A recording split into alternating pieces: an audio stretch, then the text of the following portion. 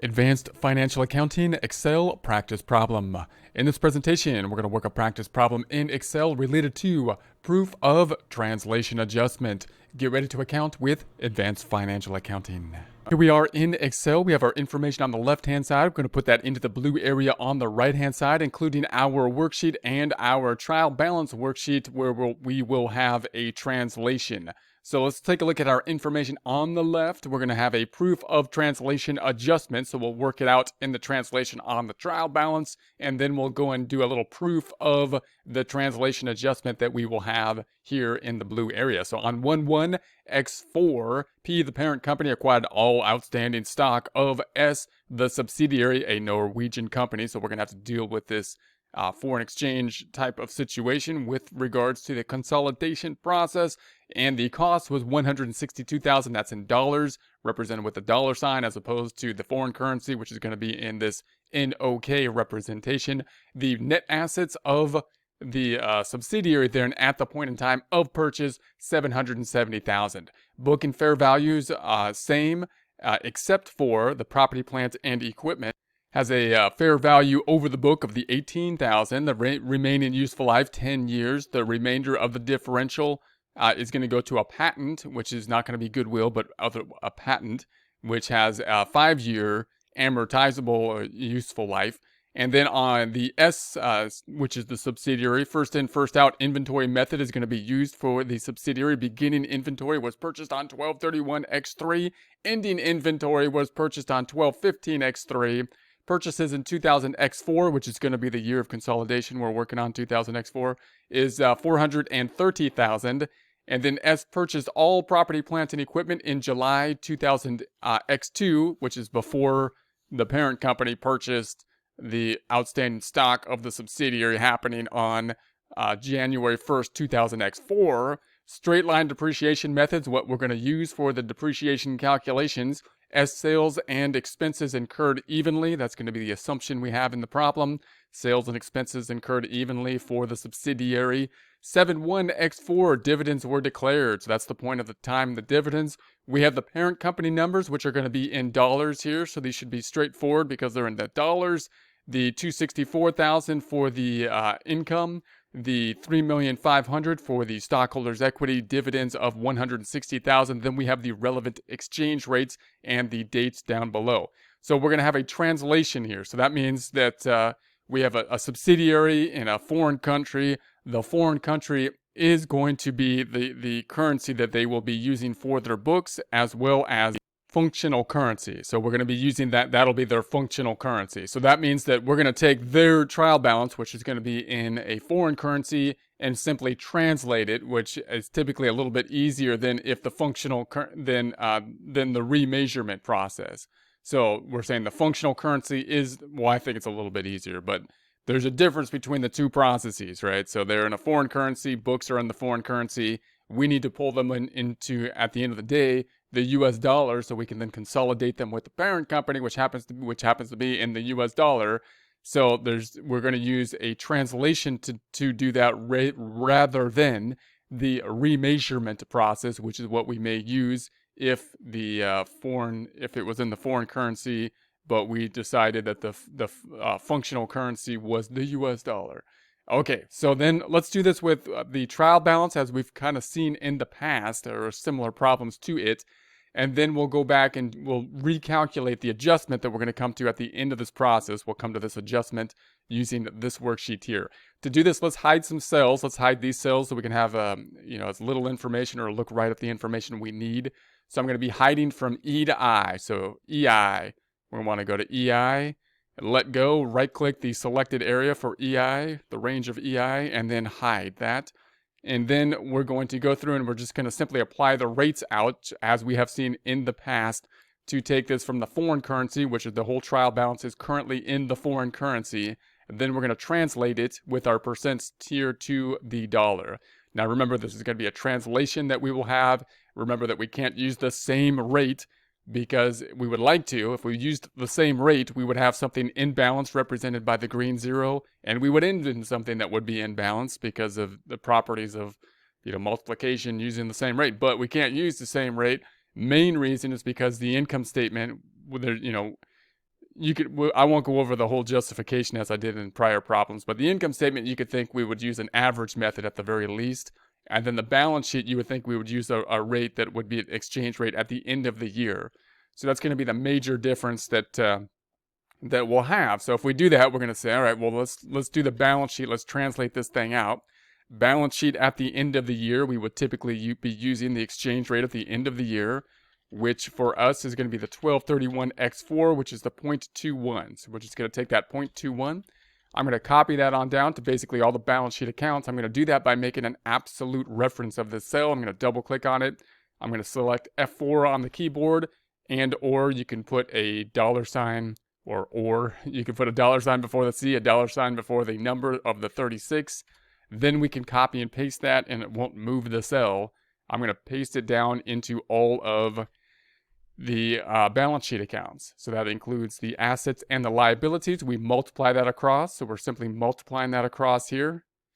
And now we've got our exchange dollars now. So now we're representing the trial balance for the assets and the liabilities for the dollar side of things. Now, the common stock retained earnings, this is going to be a little bit different because you'll recall the common stock, the parent company purchased all the outstanding common stock at the beginning of this current year, 2000X4. No new stock was issued. No new stock has been issued. No stocks are trading hands at all since that point in time. So the common stock is the same rate as it was at the beginning of the year. And since the purchase took place on 11X4, we're basically using the 11X4 number. So we're going to be using then the 0.18. Notice it's the same rate on 1230X3, basically the end of last year, and 11X4. The retained earnings, now note we're looking at the trial balance. So if you were to consider how to calculate retained earnings in and of itself, if they gave you the ending retained earnings, you'd have to break it out into its components, which would include beginning retained earnings, which is this number, plus the net income, right? And then take out the dividends, and those components could have different rates applied to them, as they will here. But this retained earnings on a trial balance represents the beginning retained earnings because we have not yet closed out the net income or the dividends to it. Therefore, we're going to be using that same 0.18. So we're going to be using that 0.18 again. So we'll pick up that 0.18. And then the dividends, we know the dividends aren't something that's going to happen all the time. So, right, we only send dividends a few times, once or twice, a few times a year.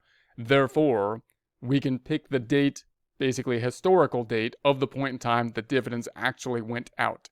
So we know that happened on 7/1 because it says right here. So I'm going to pick up the exchange rate on 7/1, which is going to be that 0.19. So we'll pick up the 0.19.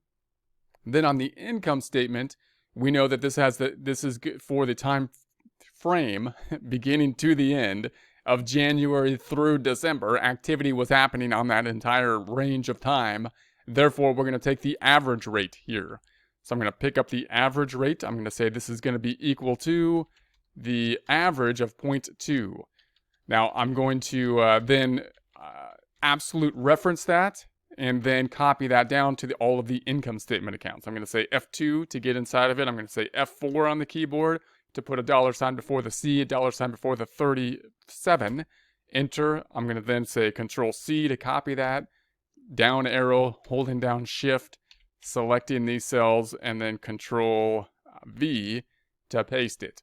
So basically just pasting the 0.2 down, but there's a little whatever. And so there it is. So there we have that. So now that's going to be our items. Now then we're going to say, okay, now we're out of balance by 23,074 because we use these different rates, which is going to be our adjustment.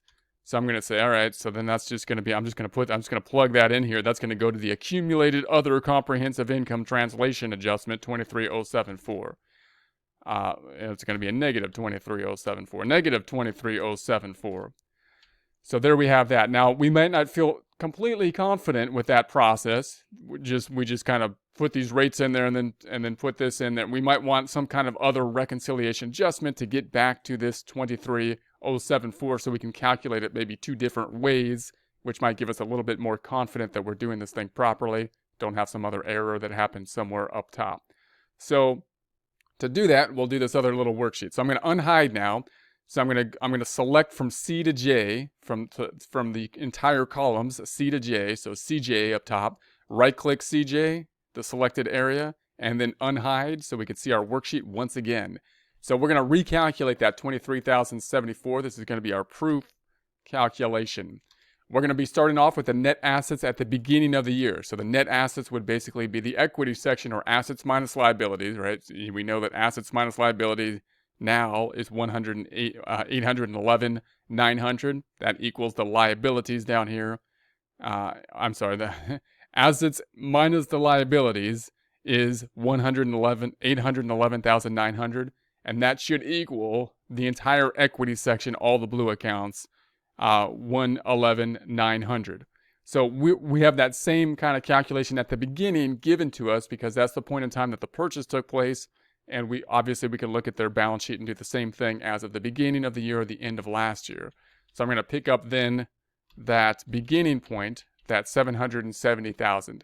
We're going to multiply that times the beginning rate at the point in time that the purchase took place at the beginning of the year. And that's going to be that 0.18. So we're going to pick up the 0.18. I'm going to pick it up at 11x4 when the purchase took place, when the parent purchased the subsidiary. Then we'll take that 770 times the 0.18, and we'll get that 138,600. So then we're going to take the adjustments for changes in the net asset position, and those changes being things like net income, the dividends. So we're going to pick up the net income. Next, it's going to be the major adjustment that we will have. Now, the net income in foreign currency units is going to be this 86,400. So the 86,400. I'm going to add the currency notations here so we can see them in every calculation. So then we're going to take the net income. That's going to be this 86,400. I'm taking it in the foreign currency before we did the translation for it. So we're going to be picking up that 86,400. That's actually income. So I'm going to flip the sign by saying negative of that number to flip the sign for it. Then we're going to multiply that times the applicable rate, this time being the average rate. So now we're going to multiply that times the average rate. So that's going to be the 0.2 on the average, and then we'll multiply this out. So the 86,400 times the 0.2, that's going to be the 17,280. Then we're going to be picking up the dividends. So we'll subtract out the dividends here. I'll just put a negative sign to subtract it out. We're going to say the dividends. And so we had the dividends in the foreign currency was the 44,500. So I'm going to say negative of that 44,500. We're going to use the translation rate then, which is going to be at that rate on the date that the dividends went out on 7/1x4. So 7/1x4 is going to be right here. That's going to be the 0.19. We're using that 0.19 exchange rate for the dividends. So the 44,500 times the 0.19 is going to give us the 8,455. So now we're going to have the net asset translation and we're gonna say the rates during the year. So we'll add these up then.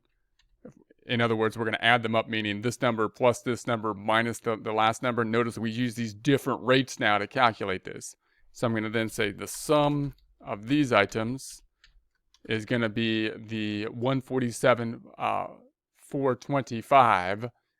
And then if I use the rates at the year end, now I'm going to sum up the first column here, where we all use the same standardized currency instead of having these different exchange rates. And that's going to give us, again, this, of course, plus the income minus the dividends is the 811,900. Now, this 811,900, notice, are the balance sheet accounts, right? These are assets minus liabilities, is the 811,900. And we multiplied all of them times the 0.19. And we know that if this was all done the same, we would have this 811,900 would equal then the equity section of 811,900. But this top half, this 811,900 up here, we multiply times the ending balance rate, because these were all the balance sheet accounts, which was 0.19 as of 12/31. And then we use these differing rates for basically the net income accounts that we had here, which is all the 0.2 that we show here. And then the dividends, we have this differing rate. So when we think about this rate, we're just going to use the balance sheet rate, which is as of the end of the time period. So I'm going to say this is as of the end of the time period, 12/31. So if we multiply that out, I'm going to say if we multiply that out, the 8119 times the 0.12, that's going to give us the 170,499. So now we basically have, the ending balance here, which would be our balance sheet numbers, which we just basically did here, right? We did this, and then we multiplied each line item. We got the 174.99, and then we calculated the components, starting with the beginning net assets and then adjusting for the adjustments of the net income and the dividends using the different rates in those temporary accounts. Those different rates being, again, the dividends at the 0.19 and the income accounts here at the 0.2. So like the net income is at the 17,270.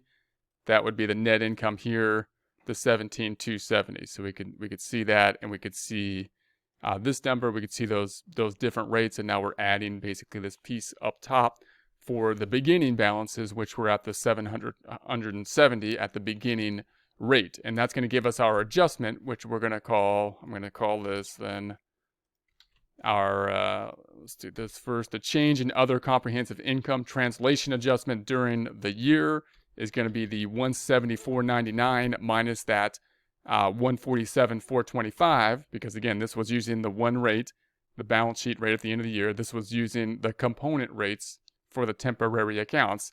That's what's going to cause that change of the 2374. And then if we were to add to that the accumulated other comprehensive income translation for January 1st, there was none because this is the first year that we are doing this. The purchase took place at January of this year. That would then give us the accumulated comprehensive income translation adjustment at the end of the year, which would be, in this case, of course, the same 2374, which is the plug that we have here. So it's a kind of a verification of the accumulated other comprehensive income translation adjustment that will be needed.